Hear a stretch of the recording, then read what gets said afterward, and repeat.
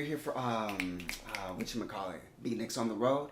Yeah, no. This is the right place, and you are right on time. Yeah, my fault. That's on me. So what is Beatnix on the road? Great question.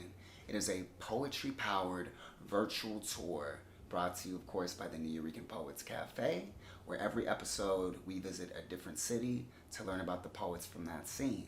The first stop on our tour is going to be the great city of Richmond, Virginia. Now, I'm going to get back to editing, but I'm going to leave y'all in good hands. This is a super dope artist, one of my favorite poets, and he's not too hard on the eyes either.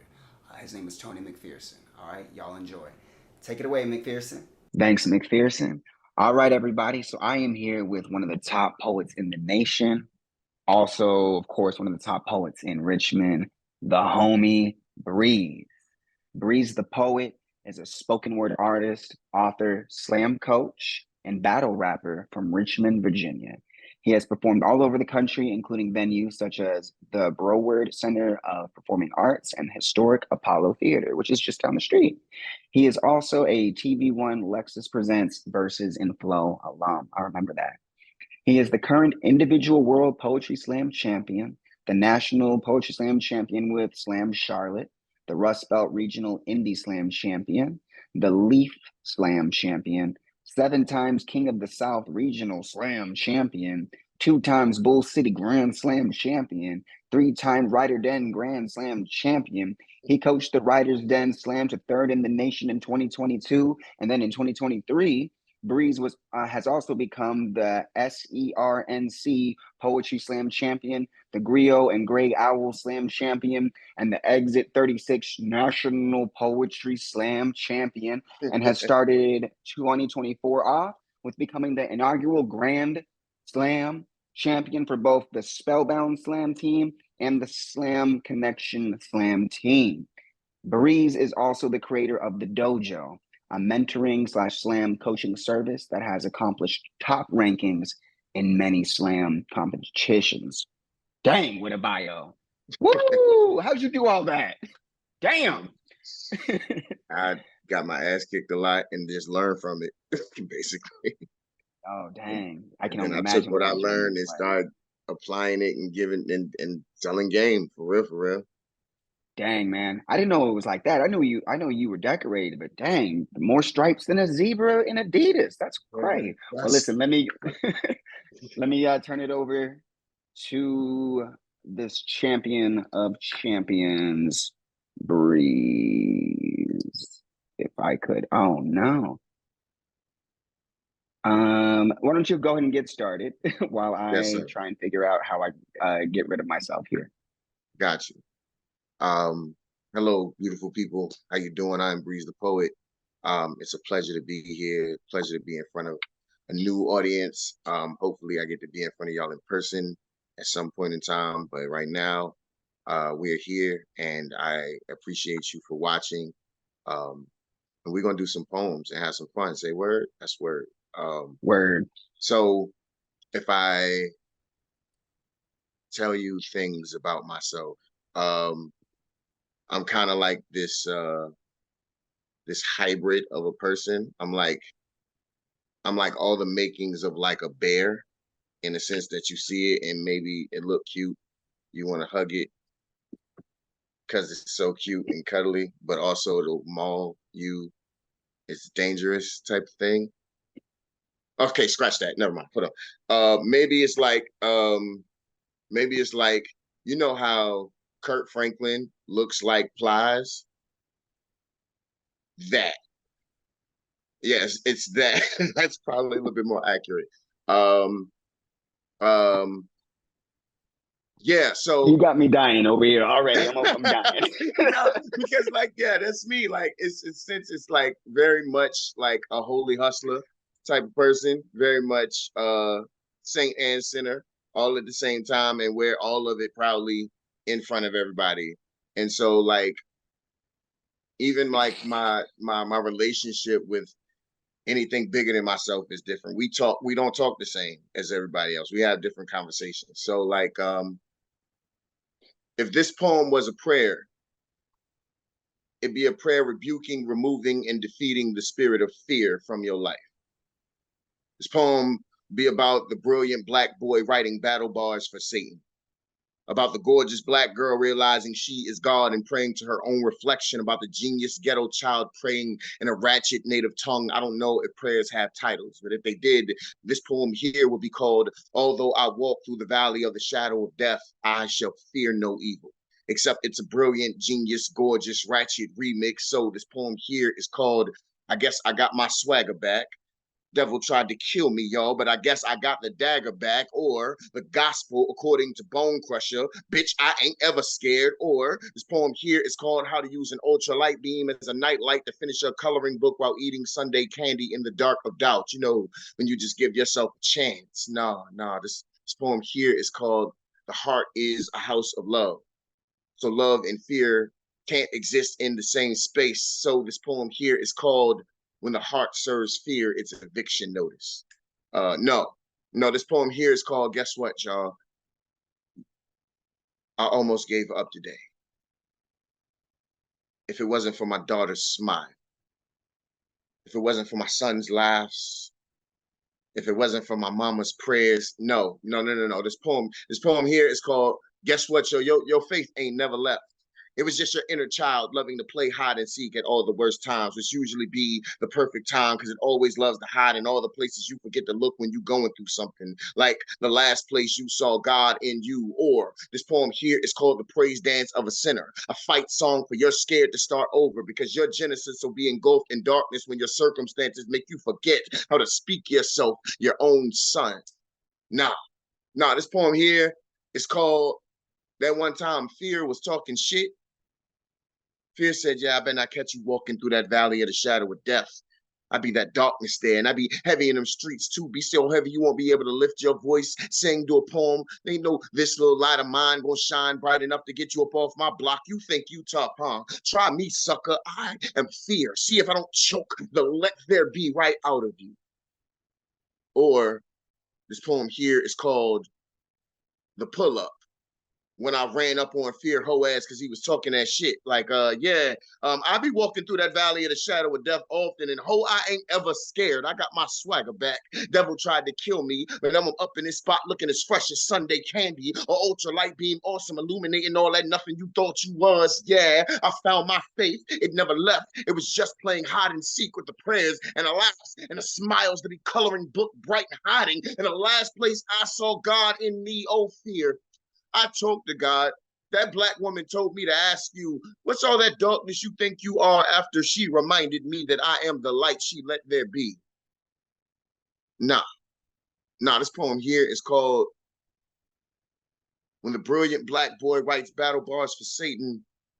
It's a gorgeous, brilliant, genius, ratchet remix. And I think here's the poem. Because none of that was the poem. I was just trying to figure out the fucking name of the poem the whole time. So here's the poem. Hello, fear. Nigga, fuck you. And amen. Hey, fire. Choke the let there be loud on you is wild. Word.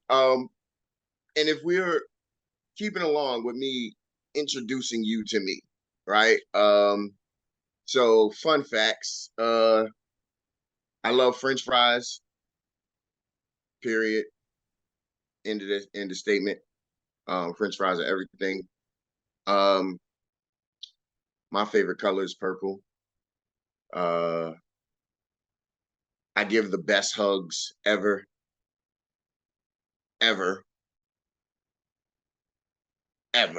So debate your notebook. Don't debate me. Debate your notebook.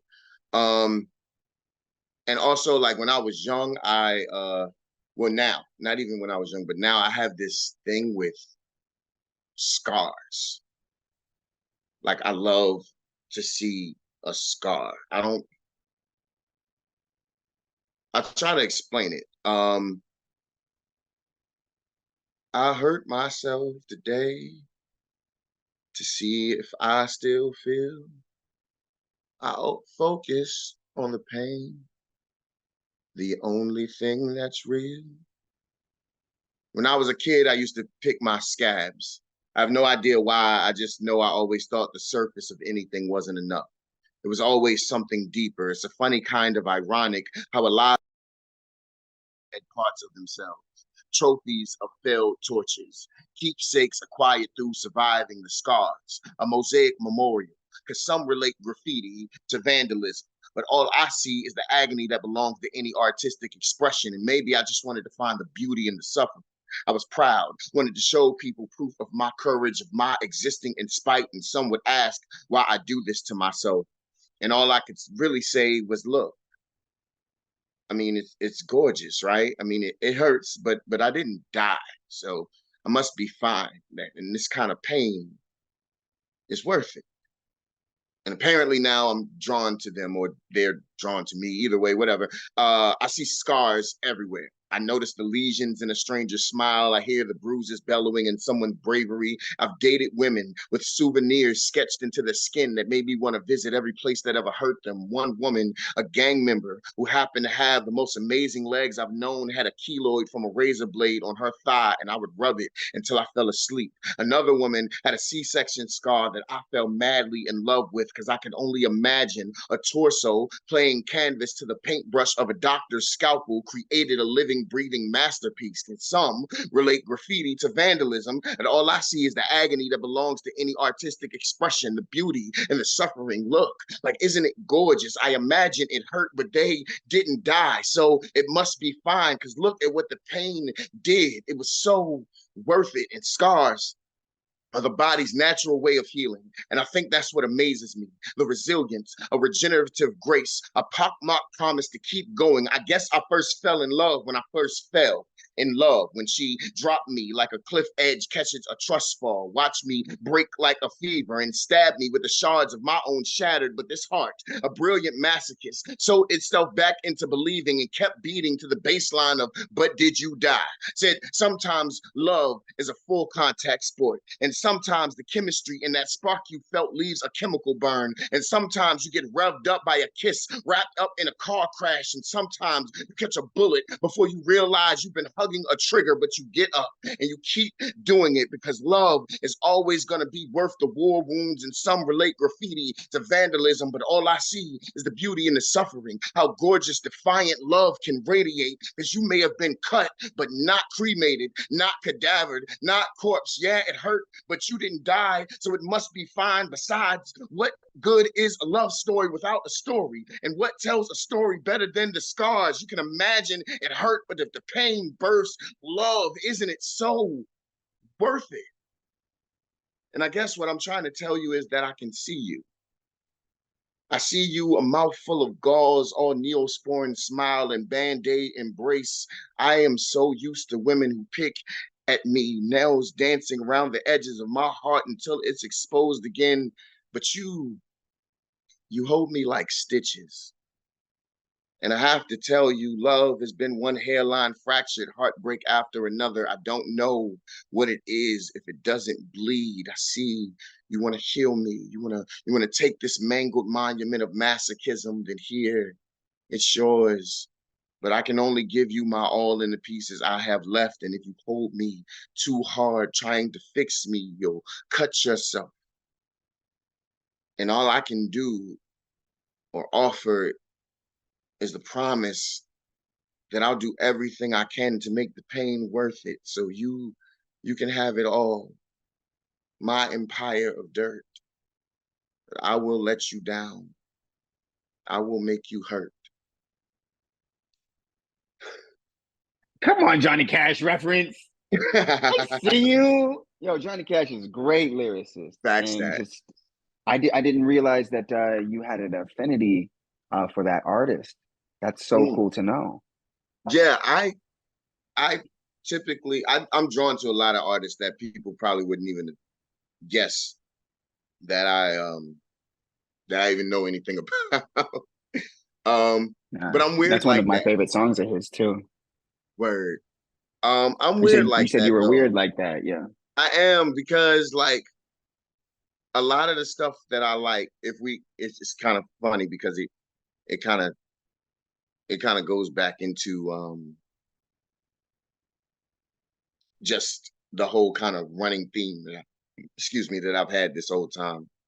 Um, Getting to know me is to know that like a lot of things about me are like really contradictions.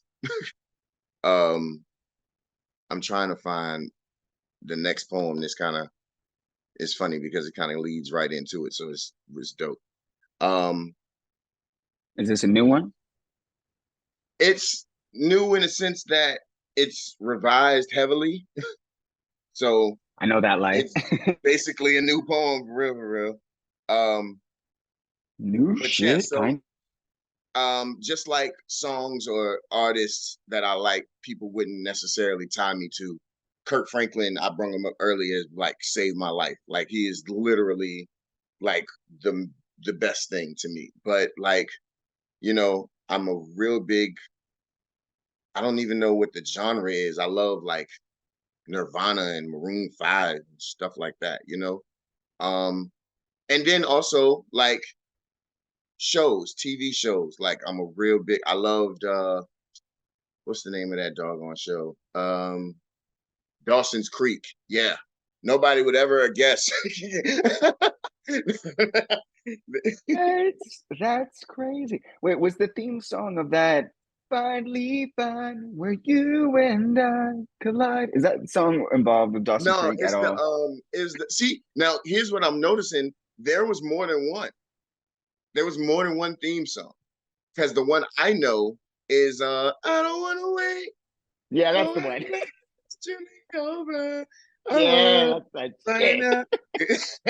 That's my thing. But when I watched the series on streaming, it was a different song, and I was upset. Nah, I didn't even know how to nah. get into it anymore. It was like Mm-mm, you just like the best thing about it. But then I mm-mm, also love like scary movies. Like that is I'm a big scary movie buff, and mm. so I love the excitement of it, how things can be scary. I don't even know how to explain it. I just know that if I believe love is scary in a sense. I don't know if people can tell, but I'm like a love poet. I write a lot about love or just self-reflective things about love or the idea of it. So like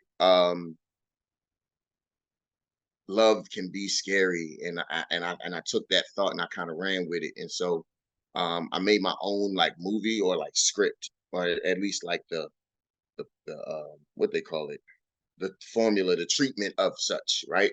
And it's like my love is beautifully horrific. Uh like the kissing scene in a scary movie, how you live for the moments, but you know pretty soon something's gonna die. If my love were a scary movie, it would have horrible casting. Sometimes I would be an extra in my own love. Mostly I would play myself.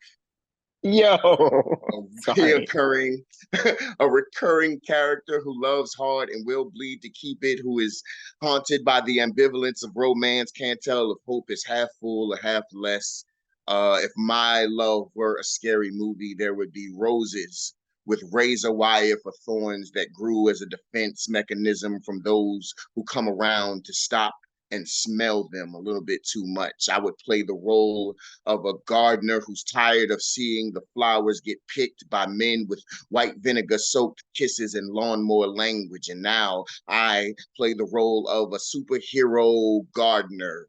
And I decide it's my job to rescue these roses, grow weary of watching the slow death of beautiful bouquets. And I find myself scouring the city to seduce snipped stems into my soil. I fight through their defenses, cut myself on their distrust, and end up bleeding all over them in the name of love. Sometimes I imagine myself as a flower worth nurturing and feeding, that someone would want to watch blossom into something beautiful one day, that someone would love to death. But all I've ever known is gardening sheer smiles, rubbing alcohol heel and saltwater lips. If my love were a scary movie, The story would be about learning how to hold a flower, or about finally finding something beautiful that won't hurt me, or about realizing that if you are too selfish to let love be itself, it will hurt you. And here I am, a superhero gardener with a powerfully masochistic green thumb who is rescuing roses from a slow suffocation. I take them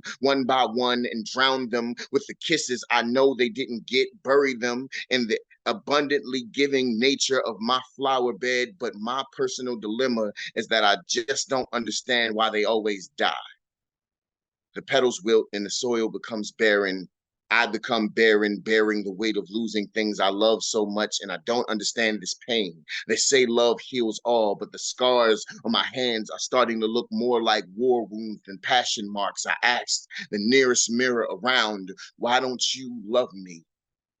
The mirror smiles as if it knows it's too late, knows that no one can save me now. It answers, I do love you. Don't you see the scars, silly? Loving things hurts, right? Isn't that what your love did to the roses you picked? Claimed you saved them from white vinegar and lawnmower language, but your gardening sheer smile and alcohol heel was just a relocated plot. You planted them in a deathbed and wondered why they died. All the saltwater sermon you preached to their scars was just you giving their eulogies. If my love was a scary movie, I would play a masochistic superhero gardener. It would be full of plot twists, like when Mort Rainey started eating the corn in the secret window, or when Tyler Durden decided to blow out part of his brain in Fight Club. I would play myself, an extra in my own love, a hopeless romantic with a kiss like rubbing alcohol, and embrace like gardening shears. My heart is a murder weapon. My bed is a crime scene. I've just realized that I am the villain, a serial lover who kills everything he kisses. Now the flowers were a metaphor for the beautiful things that I have loved that have hurt me, that have made me this way. See, I don't know how to love myself, so I accepted the bleeding and death from beautiful things in the name of love. Have been bleeding my death all over every beautiful thing that I plant into all of this dying, and I've been calling it love the whole time. Scary, right? If my love was a scary movie, then in the final scene, I would play a masochistic superhero gardener, murder victim, weapon who has been planting roses that grow into corpses. I go to where the beautiful things I have loved are, but instead find tombstones. I visit the twisted plots I have created, and I apologize for being such a mortician to them. Monologue. I'm sorry. When you love hard and wrong like me, you kill things. I promise I never meant to be such a weed eater. I just wanted something beautiful, but never considered what it could mean to love something to death until I was surrounded by all these graves. It's crazy.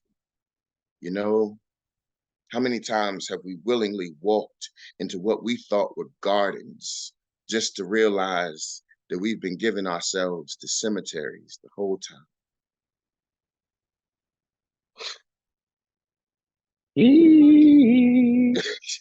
Dang, y'all. Breeze, everybody.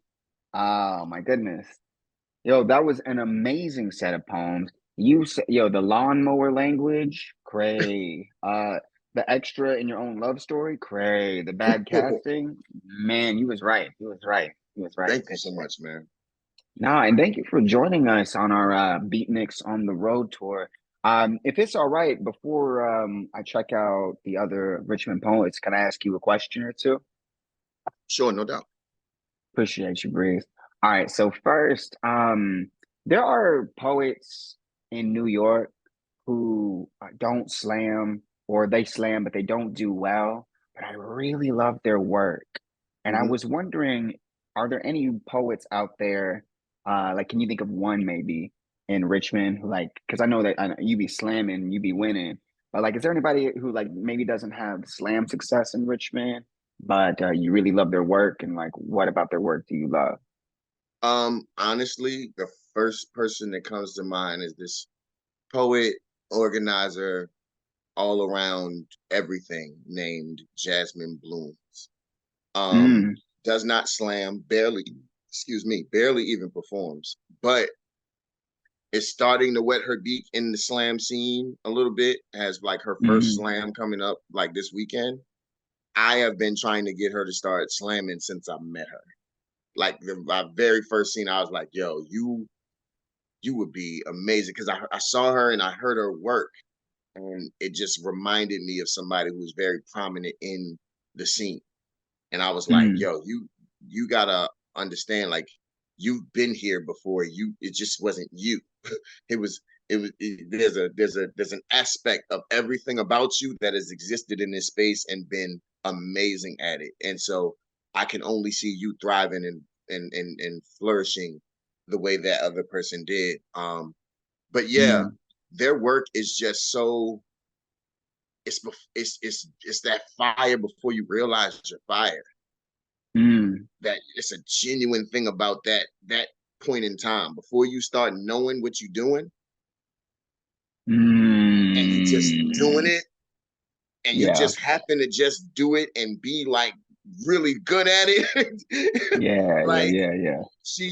she's amazing. She's amazing. And yeah, I really look forward to her delving deeper into the art, whether it's slam or not, just performing more, just getting out here more. She's amazing. So yeah, W- Jasmine Well, Bloom's shout out to Jasmine Bloom.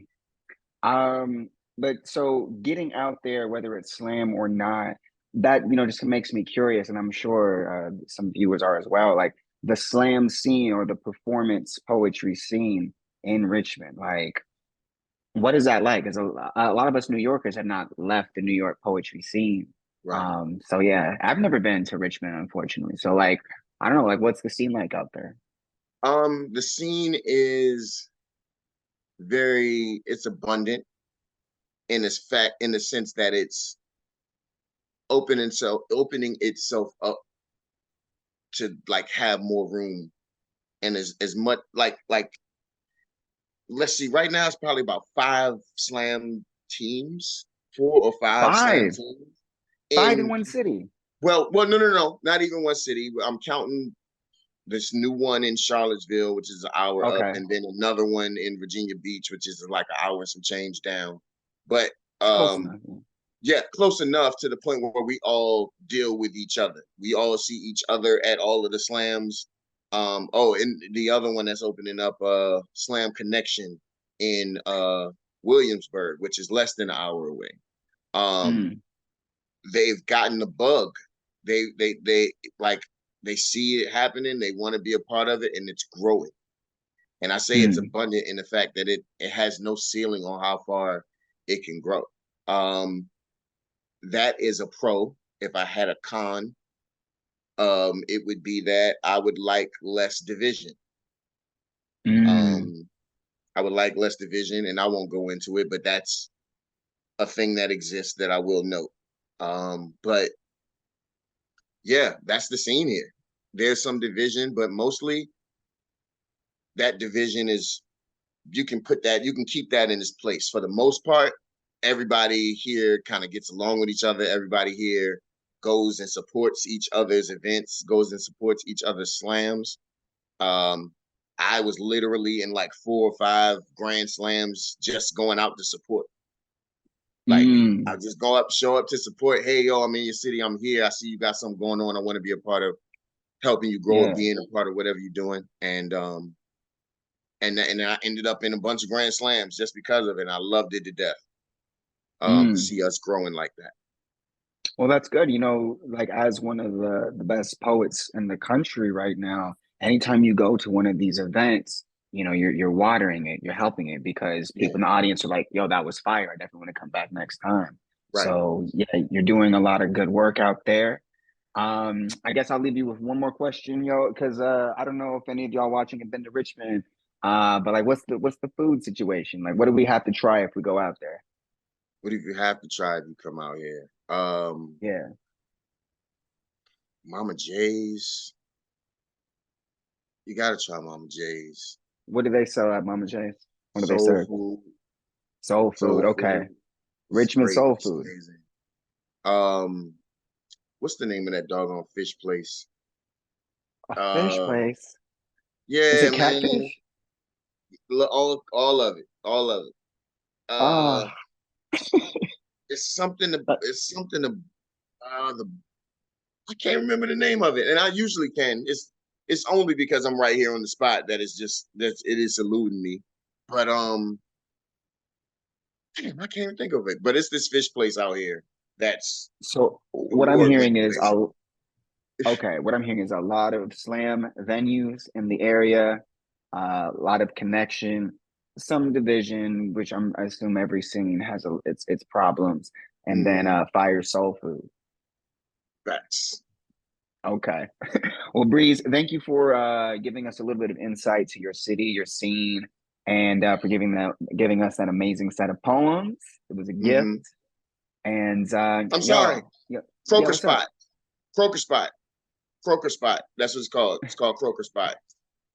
And they serve the fish. Yes. Okay, catfish, etc. All right. Well, we'll have to check out Croaker Spot and Mama J's. All Facts. right. I'm gonna pass it to you, McPherson. Thanks, McPherson. All right, next we got Roscoe Burnhams. Two names, many talents, one amazing experience. His bio's over here. Richmond, Virginia native Douglas Powell, artistically known as Roscoe Burnhams, is a spoken word artist, poetry slam champion, comedian, published author, educator, father, and Richmond VA's inaugural poet laureate. He has dedicated his craft to entertaining and educating. Roscoe uses his platform to be transparent and transformative. This is well written. Look at the alliteration and whatnot. Using vulnerability as a superpower, he weaves through storytelling and metaphor seamlessly, guiding audiences through a range of emotions, but always ending with empowerment, love, and resilience. Douglas's mission as an artist has been to normalize conversations around mental health and its taboo nature in communities of color and men, while also discussing the effects of race, relationships, education, and access in trauma and depression. Using his own journey as an example, his work, a mix of humor and thought-provoking poetry, is often described as refreshing and disarming. You can find him covering these topics and more on Amazon Prime and other platforms in his film Traumedy. Check that out, it's awesome. The first ever poetry and comedy special. His book, Define, is available through Amazon and resistbooksellers.com. And y'all should check out resistbooksellers.com. That, everybody, I give you Roscoe Burnhams. How you feeling? What's up? I'm doing great, man. Thank you for having me. This is great. Yeah, well, let me get out of y'all's way and so you can enjoy Roscoe. All right. So whoever's tuning into this, I appreciate you for tuning into this. I do like platforms like this and opportunities like this that happen virtually because it gives me a little less pressure when reading and being able to kind of hone in on a particular topic. And it gives me an opportunity to share some poems that I don't normally get to share. But I'll start with something that I'm a little more comfortable with, just to kick things off. So this piece is entitled "How Are You?"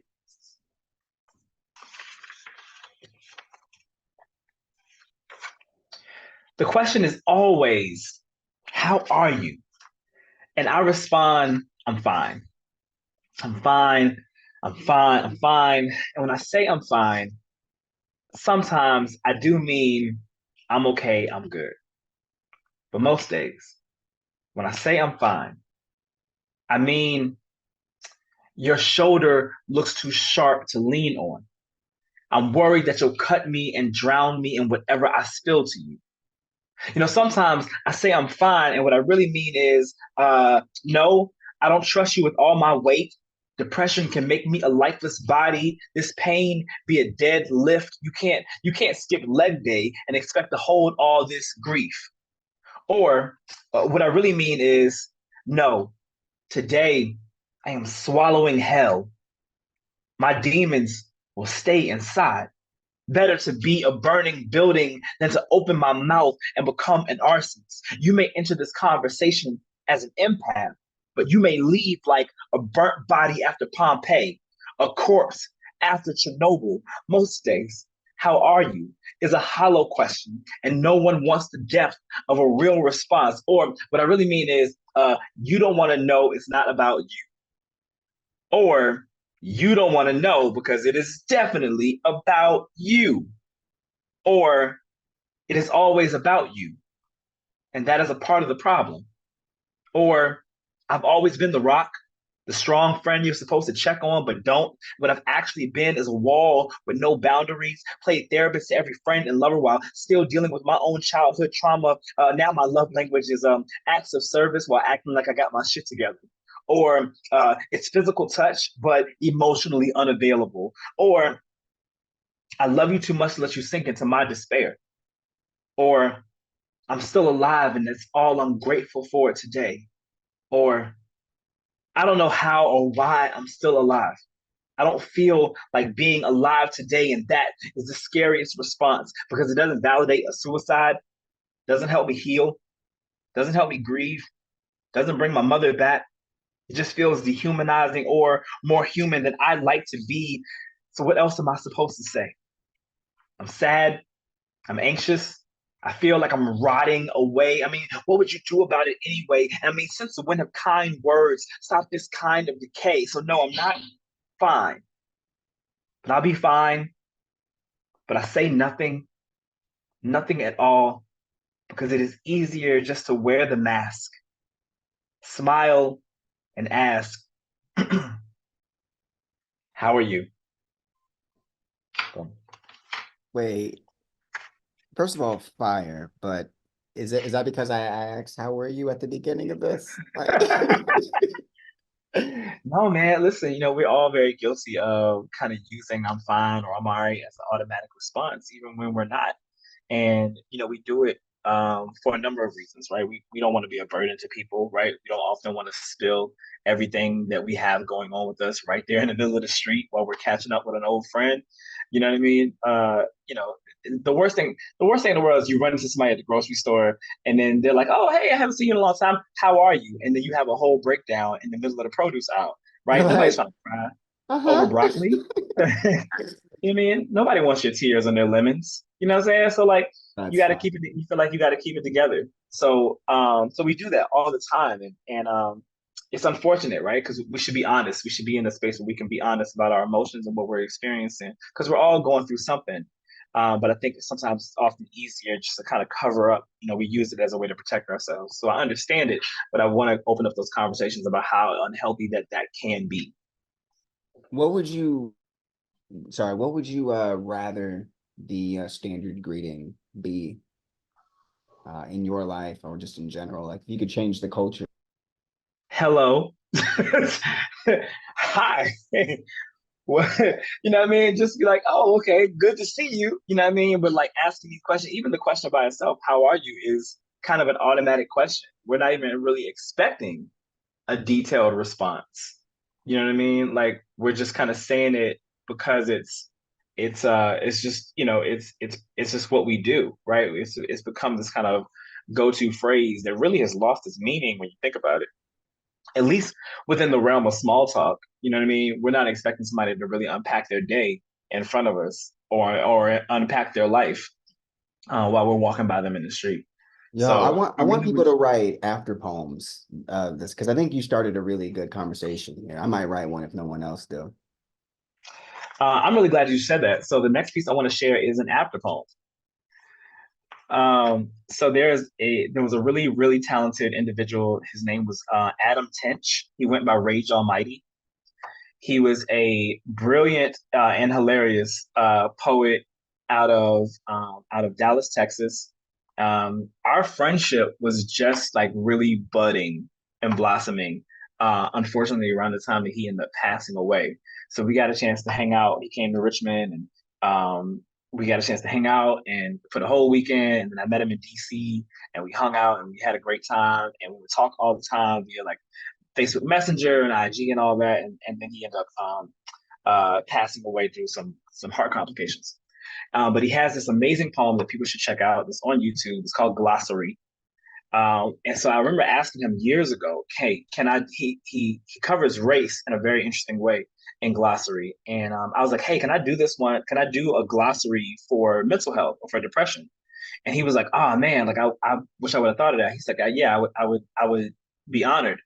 And I never got to share it with him because I never got to finish it before he passed. But I made sure that the book that I'm currently reading from, Define, starts out with this piece.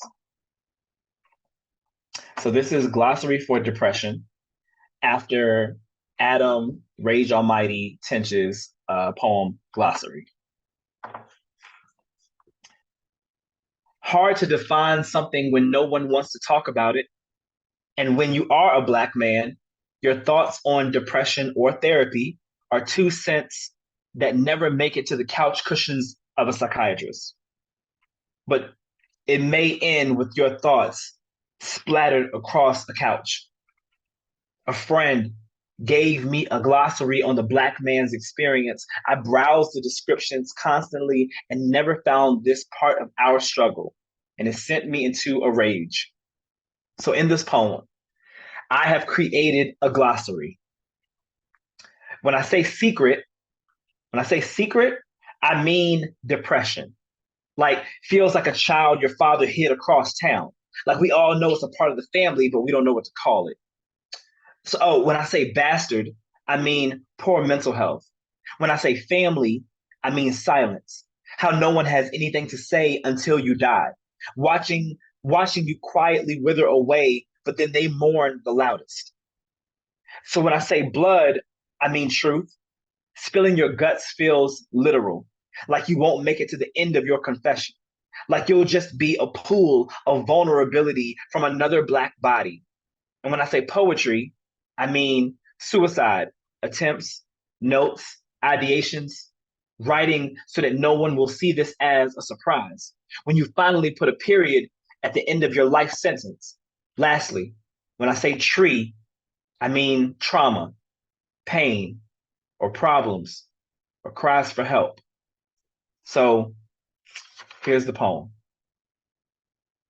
The bastard is a product of the family tree. When he spills the blood of his secret, he hears family who don't mention the blood on the leaves.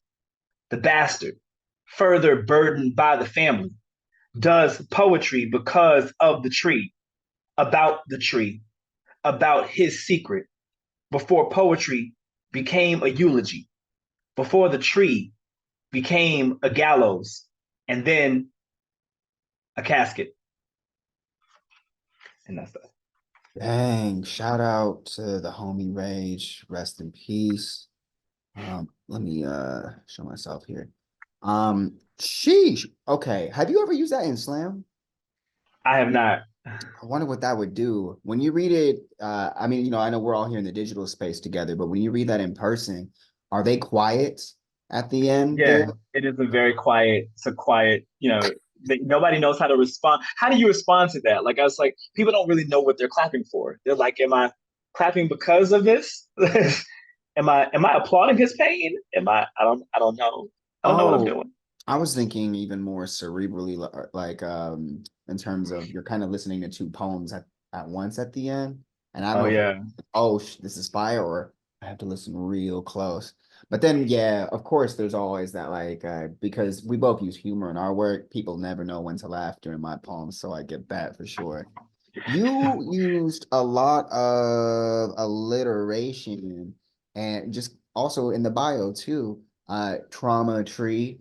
And I was just like, I was wondering, like, what is your relationship with that literary device? Like, I like the rhythm that it adds. I'm not a person who rhymes constantly in my poems. Like, rhyme will pop up every once in a while, but like when it comes to adding like cadence or rhythm, I like alliteration. And I will say that in a lot of first drafts, I'll have a lot of it. Now, for some work, it gets edited out. I'm like, okay, well, this isn't the vehicle for this poem, right? But first drafts are first drafts, and it's more so about getting the poem out. And I tell people that all the time. It's that all the time. Like, just write the piece the way it sounds in your head, right? The goal is always just get it out. Don't worry about how it sounds. That's what editing is for, right? So my writing process is very organic. I write when I feel like writing. I write it the way it sounds in my head. But then my editing process is honestly very rigid. I am very meticulous about it. It will not see the light of day until it's gone through several drafts. There are poems that are from 2018, 2019, you know what I mean? Where they're just still sitting in a folder and I'm like, oh, not ready yet. It's just not there yet. Uh, and that's just, that's just what it is. And I think, all artists, all writers should really take that kind of time. It doesn't have to be years, but be very meticulous about your editing process, right? Because you want it to be the best version of itself, particularly if it's going to be in a space where it lives forever. I think it's really important. I think that as writers, we have to take pride in the fine tuning and the refining of the writing as much as we are in the this outpour of our first drafts. Word. Yeah.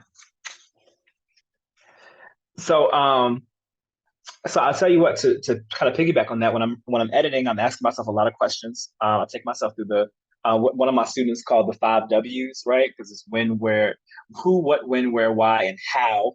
How has the W at the end. So it's the 5 W's. And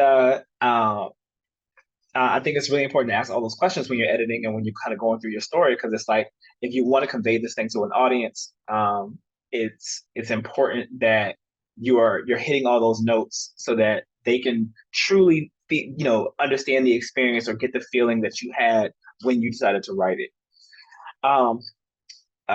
When you are a person who deals constantly with depression, you are constantly asking yourself a lot of questions. I was diagnosed bipolar, bipolar depression, diagnosed with bipolar depression.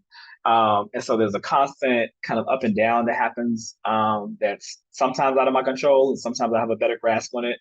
But there's also a lot of questions that you ask while spiraling, or while kind of dealing with this kind of teeter-totter between mania and depression.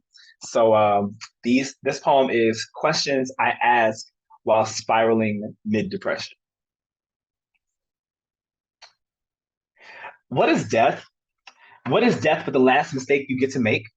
What is a mistake but a bad decision in an alternate reality that you regret in the now? But what is now? What is reality but perception? What is perception but an ideology you have at this moment? What is a moment but a forever that you can't hold on to? What is holding except the inability to let go? But what is go? What is stop? What is time but the way you calculate how close you are to death? But what is death? And I overthink sometimes. And the more I ask, the less I know about being human. But this is how I found God, or death, or love, or all, or none, based on the moment that I'm in. But what is in? I mean, intact means I'm together. Interrupted means I'm apart. Interrogated means I'm broken down. Intelligence means I'm building myself up. But what is my but possession when nothing belongs to us? Because belong is a guarantee. What's a guarantee but a sure thing in an unsure world, or an unsure maybe with too much fear to speak? What is fear but the mind telling you I know danger when I see it? What is danger but an opportunity to live or experience death? But what is death but life after you've done all of this dying? Damn, what? Yo, this the style is very good. Like each sentence giving the gate to the next joint. Did you want that to be your last poem, or did you have one more? I'm gonna share something very short, because I want to end on a higher note. And a lot of these pieces came out of a result of, a lot of these pieces were a product of therapy. Shout out to my therapist; she's amazing. Shout out to therapists out there. So a lot of these poems came as writing prompts from my therapist. A lot of these came as reflections. Wait, After, I'm after sorry to therapy. interrupt. I'm sorry to interrupt. Your therapist gives you writing prompts, like on purpose? Like put this in a Yeah, poem. my therapist gave me writing prompts. And so like the questions poem, just kind of like thinking about what I'm doing when I'm spiraling, or what I'm asking when I'm spiraling. She gave me a poem about writing my own eulogy. She gave me several prompts, we had several conversations where she was like, "Oh, you should write this down and kind of unpack this on your own, even after our session." So she Now you would got give to me give writing me this prompts, person's give me homework.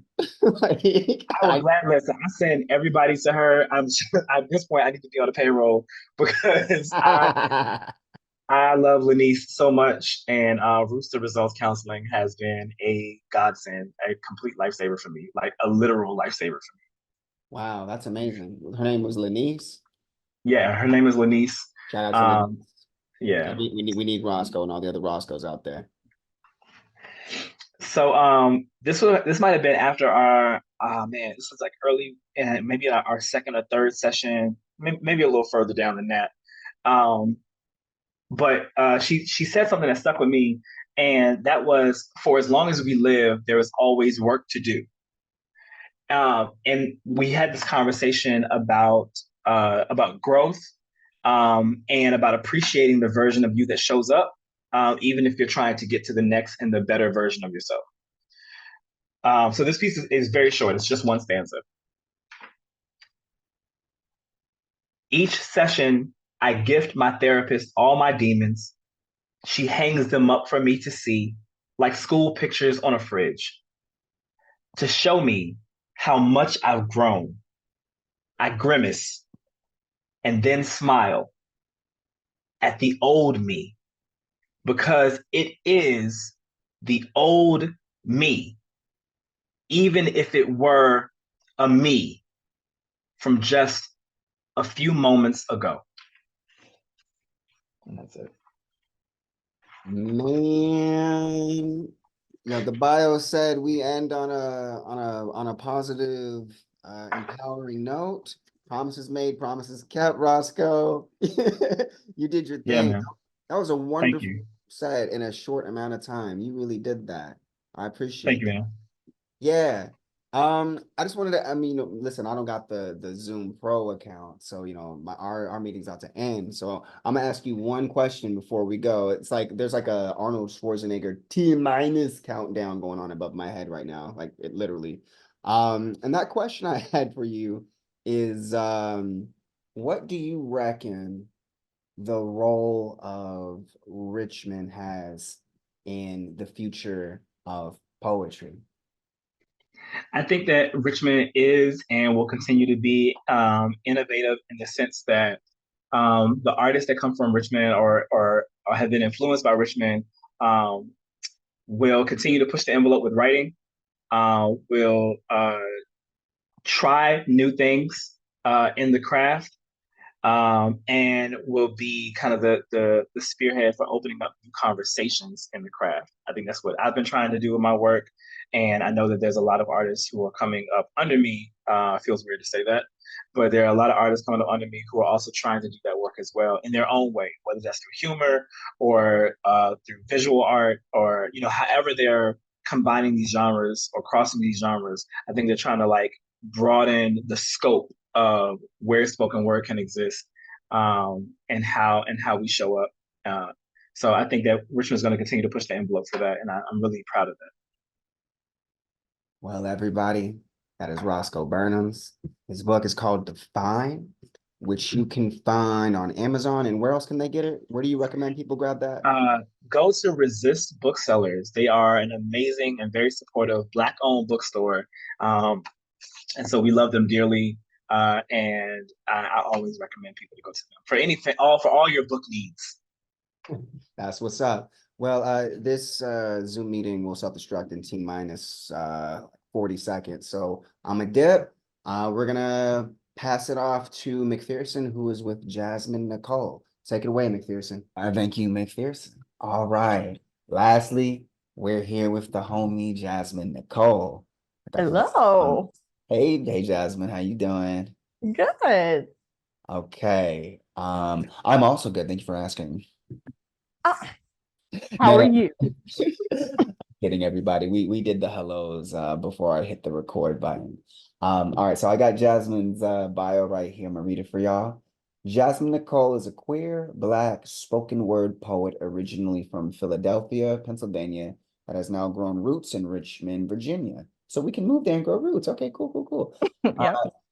Her work is centered around Black issues with intersectionality, racism, sexism, Black feminism, dismantling Eurocentric beauty standards, personal struggles, and trying to become the woman she promised her childhood self she'd become. That's a big promise. Her work has most recently been featured in Radius, Poems from the Center of the Edge. She is currently coaching a youth poetry team to compete in Richmond High School Slam Tournament. What? And when she is not writing, she can be found scrolling on TikTok, saying, watching Big Mouth, good show, and her wife on Netflix, or with her wife on Netflix, and cuddling with her puppy, Onyx, which is a great name for a puppy. Yes, he is humongous. A humongous puppy. Maybe Onyx might make a whatchamacallit, a cameo appearance today. But I gave him something to keep him quiet, so I'm hoping I don't get a cameo appearance. No, last time he just dove across the screen and like attacked me on a group chat, and it was a mess. So and I pray that hopefully he happens stays again. put. All right, everybody. Here's hoping for that surprise cameo. I give you Jasmine Nicole.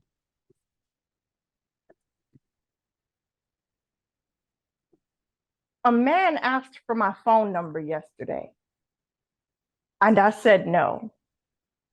And I, all 5 feet 8 inches, 164 pounds, that don't look like much fight. I knew the many ways this can go. I'm accustomed to the barbaric refusal to accept my rejection, but this man was kinder.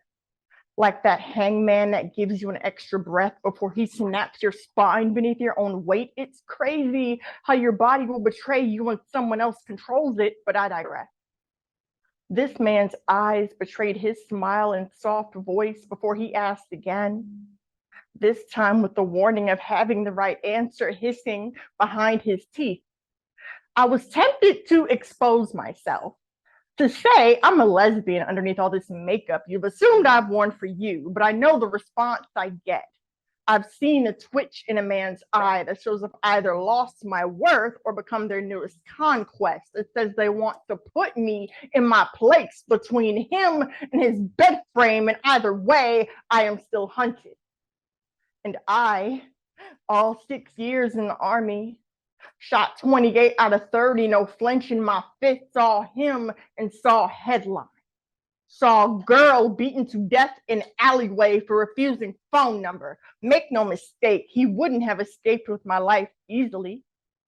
But with his size and that misogynistic psyche pumping all that adrenaline through his muscles, he would still escape with my breath in his pocket, with my flesh on his boots, with my blood in his belly, but not my number. And as unafraid as I should have been, because a woman's never been murdered for this.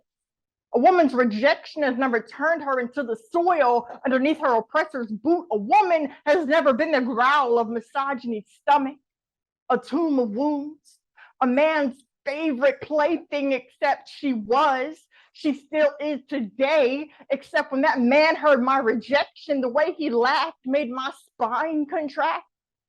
The way he pressed his lips together made him seem a peacekeeper turned hunter when he didn't get his prey. I mean, his dinner, I mean, his way, I mean, his woman, I mean, his number, my number, right? I can't count the number of times I've weighed my survival against my dignity and come to different conclusions every time the scales tipped. I've wanted to tell these men, I'm trained to pick you off 300 meters away on a cloudy day, with or without the Kentucky windage. Sometimes I do.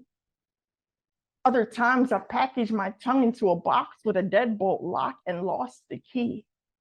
Because some of these Goliaths are something I'm not always David enough to face. And I'm still something that I hate admitting. I'm still afraid. I am not unbreakable. I am fight, but not war. I can attack, but I know I cannot always win. But I won't say that if you ask. If you ask, I'll pull out my last target sheet from the range. I'll show you the power behind these fists, and my looks always deceive, because fear ain't never turned a brick into a bloody butterfly or a pistol into a prayer, so I don't get to be afraid. Because the man asked for my phone number yesterday, and I still said no. And as he retreated into the shadows, I heard his gun cock, preparing for the hunt. Thank you. Sheesh, the writing. That's like I'm still afraid, but I'm trained to take you out from how far you said? I can't remember the number, but 300 meters. 300 meters. Yeah, that's how many meters in a football field? No, that's yards. That's mad far. But anyway, it's like to like have that distance, but now it's like up close. That was a really phenomenal piece, Jasmine. Thank you. Thank you Yeah, so much. I wrote that line down that it said like the hangman who lets you take a breath before he snaps your neck. It's like, oh, Mm. how nice of you. Yeah. How nice. Ah, very Yeah. poignant writing. Well, what do Yeah, I you got wrote that for us years ago. next? So, this is for, I guess I'm just gonna say it's for the lesbians because it's been affectionately nicknamed the Dick poem. I did not name it this. It has been given this name, but it has done very well. So I'm gonna show you guys that one. Get some water first. This one's. Take your time.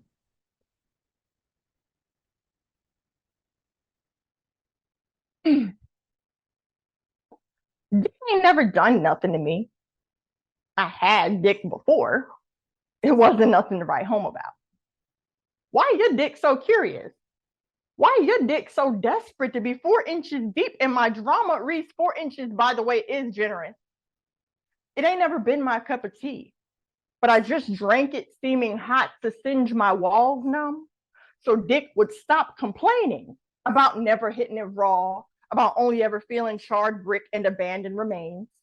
Dick don't never give me no breathing room, always trying to force itself down my throat, following me to the store to ask if I already got a dick at home or in the car or somewhere close by to piss on me so I can stop walking around like unmarked territory. Making Dick think I need a good pound to take me in. Like they ain't never seen a bitch without a leash before. Like they ain't never seen a bitch in heat chase before. Dick tells me I'm not a real lesbian because it can't watch my wife fuck me.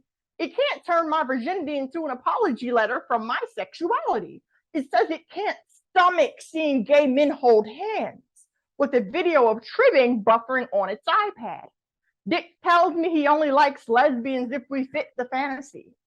Let it play puppeteer to lovemaking. Neither of us is dominant or masculine or better at this shit than it thinks it is. We just stare blankly into the camera, waiting for it to come make proper use of our bodies, beg it to join us, spread ourselves like 2 pages of a Playboy, and humble ourselves among this great giant.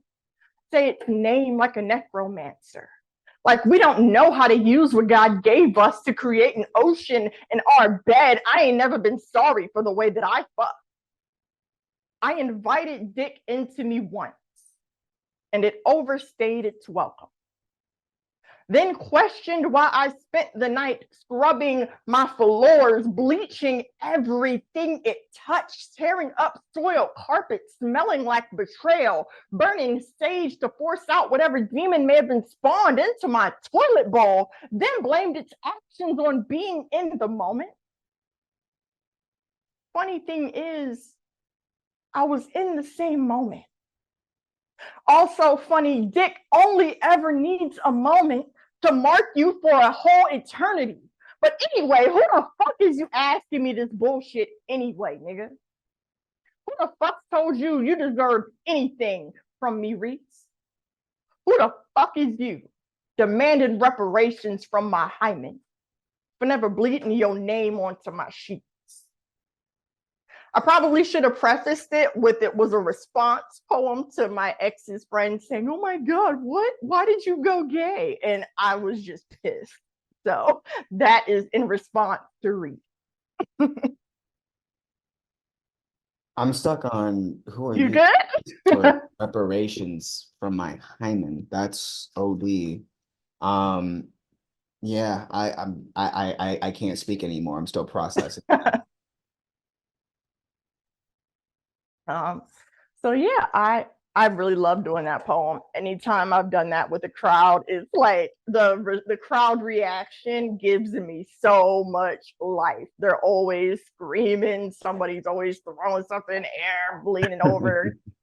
It's my favorite poem to do. So Okay, so the audience goes kind of buck in Richmond, I hear. yes. Here though, everybody's virtual, and in the future, while we recorded this in the past, we're like stars, that we see the light from the past. But in this moment, you were like staring into the camera. That part, I was like, oh, that goes kind of hard because we're actually it goes kind of hard. Well, you got time for uno más? Okay. Hit us with.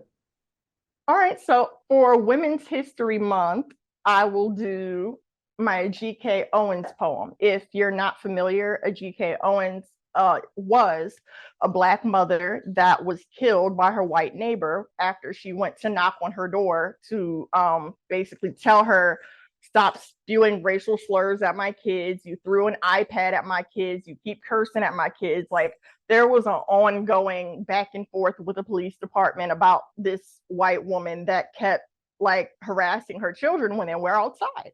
One thing led to another, and a GK, being a mother, went to the woman's door to knock on the door and ask her, like, what's going on? What's your problem with my kids?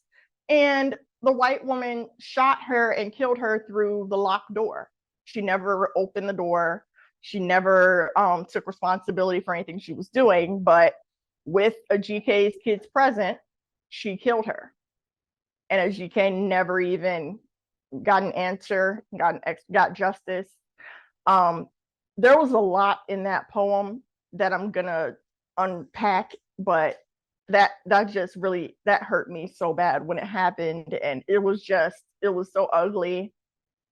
And, you just get tired of it after a while because all the headlines kind of start blurring together. And I wanted to make sure that this one didn't get blurred. So that's my preface.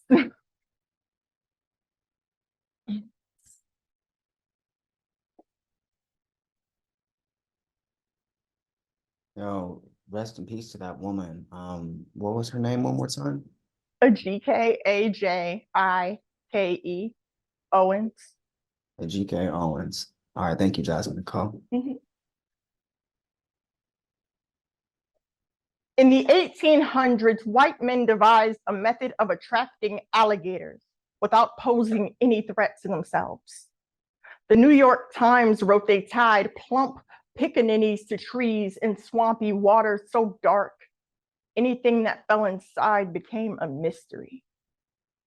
I heard the gunshot, the Floridian one, the one they escorted into protective custody because she bad enough to pull the trigger, but too white to let the hood hold her ass accountable. A GK Owens was shot and killed in cold blood, with an audience of her children present to witness the carnage. That day, they learned what a Black mother's love will do for you, how it will transform into a shield for shrapnel this country ain't never known the absence of. Even when she stood her ground, she was still left to expire on it.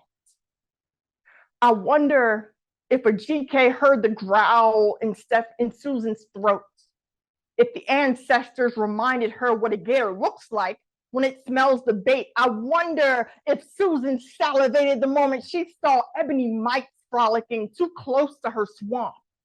Did she see a smorgasbord, a buffet? Had she already prepared the table for supper, or had she decided that this meal would be a bloody one? Innocence displayed across her lawn like springtime decorations. Is that when a GK went to her door and let her know?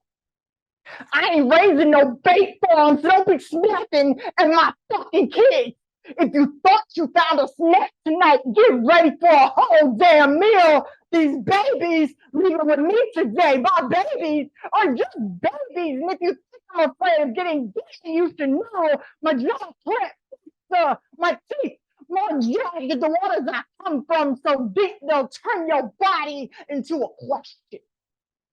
I ain't never been afraid of no fight. So you better know how to swim. You knew it was a trap, didn't you? She knew that a mother would make herself a carcass before danger could lick her baby's toes, before it could be dangled above a jaw primed for puncture. Fact.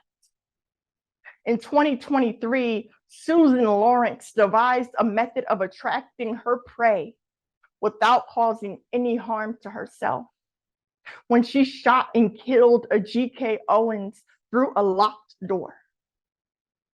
Or, in her final moments, a GK screamed loud enough for her children to hear her with that gator's mouth in her arms.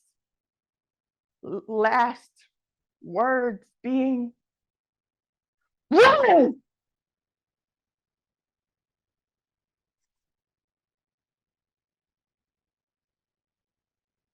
It's heavy. Yeah. I don't have any witty banter. Rest in peace, G.K. Owens. Jasmine Nicole, thank you for writing that piece. Because we can't let these atrocities go by without documentation, and we can't always depend on the news, etc., to do it. Yep. But you're doing it. I did not know about this. So thank you, and I'm sure a lot of folks watching didn't know. So you're doing good work. Please keep it up. I know it's hard work. I know that can't have been easy to have created, but I appreciate you for creating that. And I think I can trust you to continue doing that phenomenal work. And yo, listen, you and the poets that I've got to meet so far from Richmond are doing amazing things with the craft. And it's thank you so much. No, thank y'all. It's been a pleasure to have a virtual visit with y'all. I did have one question for you though, and then I'll let you go. You said you're a transplant. I'm a transplant from Oklahoma to New York. I've been here for a long, long time. So as a fellow transplant, I guess I want to know, like, what is your favorite thing about your new home in Richmond? The poetry scene. Quite frankly, I was not a big fan of Richmond when I first got here. I've only been here for about 4 years. So when I first got here, it was for the poetry scene that I was told was like booming and amazing and everything, but I didn't have any exposure to it. I didn't know where to go, who to talk to. I was basically a blank slate. So I actually got into it through the Writers Den almost 2 years ago now. I just happened to show up for an open mic one night. And, as a poet, it's hard to just see an open mic on a stage, but not get up there and do anything about it. So as soon as I got up there and started doing like old poems, Roscoe came and found me after I had a lot of poets that suddenly were just like, who are you? Where did you come from? And it was great. It was the best feeling because it's like, I love being around other poets. I love being around other cultures, artistry, all that. And that's what I got through the Writers Den. I really, really love them for that. And like Roscoe calls me like extended family now. And I'm like, oh, I didn't even know you guys a few years ago. Shout out to Roscoe and the Writers Den. Yes. And shout out to Richmond for the poetry scene growing. It sounds with leaps and bounds after the pandemic. A lot of scenes didn't, but it looks like you found a strong home. Well, Jasmine, thank you so much for your time. Thank you for having me. I have to say I'm a huge fan. I have been a huge fan of yours for years. I am so honored that you wanted to, that you're even willing to interview me for this. Like, oh my God, your work is just, it's a force. You are a force to be reckoned with. I adore you. So sweet. Stop it. I feel the same way. Your poems were phenomenal. The writing sharp. Oh wow, I gotta get Zoom Pro because they're really telling me like I'm about to have my meeting closed. But but Jazz, I hope I run into you soon, okay? Yes. Hopefully this year. All right. All right. McPherson, I'm gonna pass it off to you. Later, Jasmine. Bye. Thanks, big dog. So that's gonna conclude our first episode. Special thanks to the homies from Richmond and of course the Nuyorican Poets Cafe. The next stop on our tour is going to be Dallas, Texas. Can't wait to show you what they're about, and you'll have to wait till next time though. See you in April, okay? Because it is easier just to wear the mask